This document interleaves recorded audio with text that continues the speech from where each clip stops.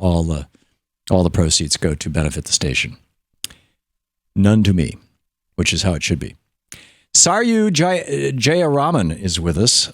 Saru is the co-founder and director of the Restaurant Opportunities Centers United. ROCUnited.org is the website. Saru, welcome to the program. Hi, great to be here. Thanks for joining us. Your organization is working to end tipping. Do I have that right? No, that's not right. We're working to end lower wage for tipped workers, which is still $2.13 an hour. We have a campaign called One Fair Wage, which is about getting all workers to a fair wage and eliminating the two-tiered system that has tipped workers in this country at a much lower wage in 43 states across the country. Right. There are also exemptions for agricultural workers. Do you think we should do away with those as well? We should do away with exemptions for all workers. All employers should be required to pay their workers a full wage and not allow things like tips to be an excuse or justification for not paying workers a full, decent wage. Yeah, I absolutely agree. The exemptions right now include agricultural and also include domestic work. It's very strange. So how do you respond to people who say, well, tipping equals service? Yeah, I mean, that's just been disproven like time and time again. There are countless studies that now show that tipping has nothing to do with service. Tipping has a lot more to do, frankly, with your skin color, your hair color, your eye color, your breast size. These things are actually what ends up getting you more tips or not. And your age. History of this whole lower wage is actually quite pernicious, and the impact results in incredible amounts of gender inequality and sexual harassment. So this lower wage for tipped workers is actually a legacy of slavery. In fact, tipping did not originate in the United States. It originated in feudal Europe, and when it came to the States, a massive anti-tipping movement erupted that was part of the populist movement, and this was around the time of the emancipation of the slaves. And the restaurant industry and the Pullman train company both squashed that movement and demanded the right to hire newly freed slaves and not pay them anything and let them live on customer tips.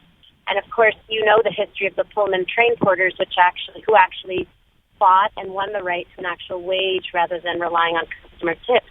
But restaurant workers, who were former slaves as well, were not as lucky. And this idea that the restaurant industry could get away with not paying their own workers and let customers pay their workers' wages and tips was codified into the very first minimum wage law under the New Deal, under FDR, as part of the Fair Labor Standards Act.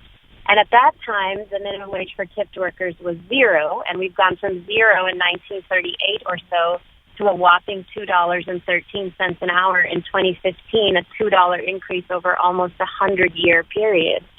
And over that 100-year period, the Restaurant Association, we call it the other NRA, the trade lobby, has essentially used the same argument, which is that we shouldn't have to pay our own workers' wages. These are wealthy white guys working in fancy steakhouses earning $100,000 a year in tips, when in fact 70% of tipped workers are women who work at IHOP and Applebee's and Olive Garden and suffer from 3 times the poverty rate of the rest of the U.S. workforce and the absolute worst sexual harassment rates of any industry in the United States because they have to rely on customer tips for their income. Right. So men who might be inclined to be abusive toward women or just servers, waiters or waitresses whose skin color they don't like or demeanor they don't like or whatever, feel relatively free to harass these people or put them down or intimidate them or whatever, knowing that there'll be no response because the person is concerned about losing their tip. Do I have that right? That's right. And I don't think it's intentional. I don't think it's just abuse of men. I think it's the culture of the industry that essentially requires a mostly female workforce to please the customer, whatever it takes, and to objectify themselves to get more money in tips. We did a study of almost 1,000 workers, restaurant workers nationwide. 90% said they experienced sexual behavior in the restaurant that was scary or unwanted. And they were twice as likely to experience this behavior in the 43 states with a lower wage for tipped workers as they were in states like California and the 7 states that have rejected this system for decades and have said that actually employers have to pay the full wage and let tips be on top of that. These 7 states require the full wage and are actually faring better on every measure than the 43 states with lower wages for tipped workers in terms of job growth, even among servers. And waitresses experience a lot less sexual harassment because they get an actual wage from their employer and don't have to rely on customer tips. We're talking with Saru Jayaraman, the co-founder and director of the Restaurant Opportunities Centers United. ROCUnited.org is the website.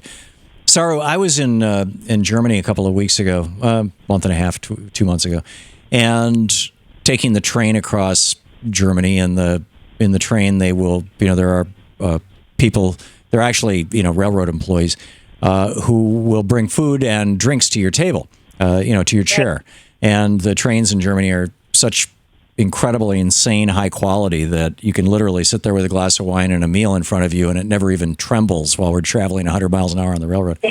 And, wow. The person came, and I ordered something, and the person came by and brought me a salad and a glass of wine and said, okay, that'll be seven euros or whatever it was. And I gave him, I think, an extra 2 euros or something, or maybe it was, say it was 9 or 8.5, and I gave him a 10 euro bill and just said, keep the change, essentially. I noticed that the people around me were not, or if they did, it was a few pennies that they were giving. They were just basically getting rid of the change that they didn't want in their pocket, whereas I was making a tip that was actually the equivalent of a couple of dollars. And I lived in Germany for a year. I know that, typically Germans tip in the, around the 5% range. But it's like such a hard habit to break.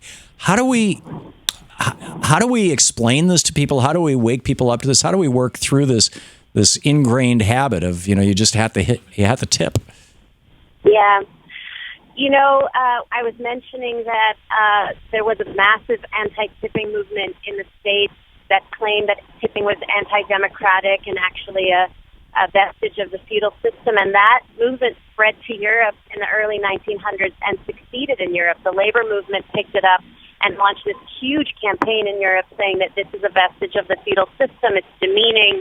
It's deprofessionalized these professions, and these are skilled professions, and we need to value them as such. And it succeeded. And America went in exactly the opposite direction because of the Restaurant Association and the train companies, as I mentioned. But in Europe, and because we had slavery here, and they didn't there so much. They did not. They did not here, and they did there. And, what we say now is, look, even a minimum wage of $15 an hour in this country is not a livable wage. It's not a professional wage. And so tips are absolutely necessary on top of decent minimum wages to get people closer to a professional wage in this country. In Europe, where in Denmark fast food workers make $21 an hour, tips aren't as necessary because people are being paid a livable wage by their employer, and they're valued more as the professionals that they are. And I think ultimately we as a society need to value professionals. Yeah, we have to do that. Hang on just a second, Sarah. This is the Thom Hartmann Program. Saru Jayaraman, co-founder and director of the Restaurant Opportunities Centers United. ROCUnited.org is the website. Saru, thank you for dropping by today. Thank you. Thanks a lot.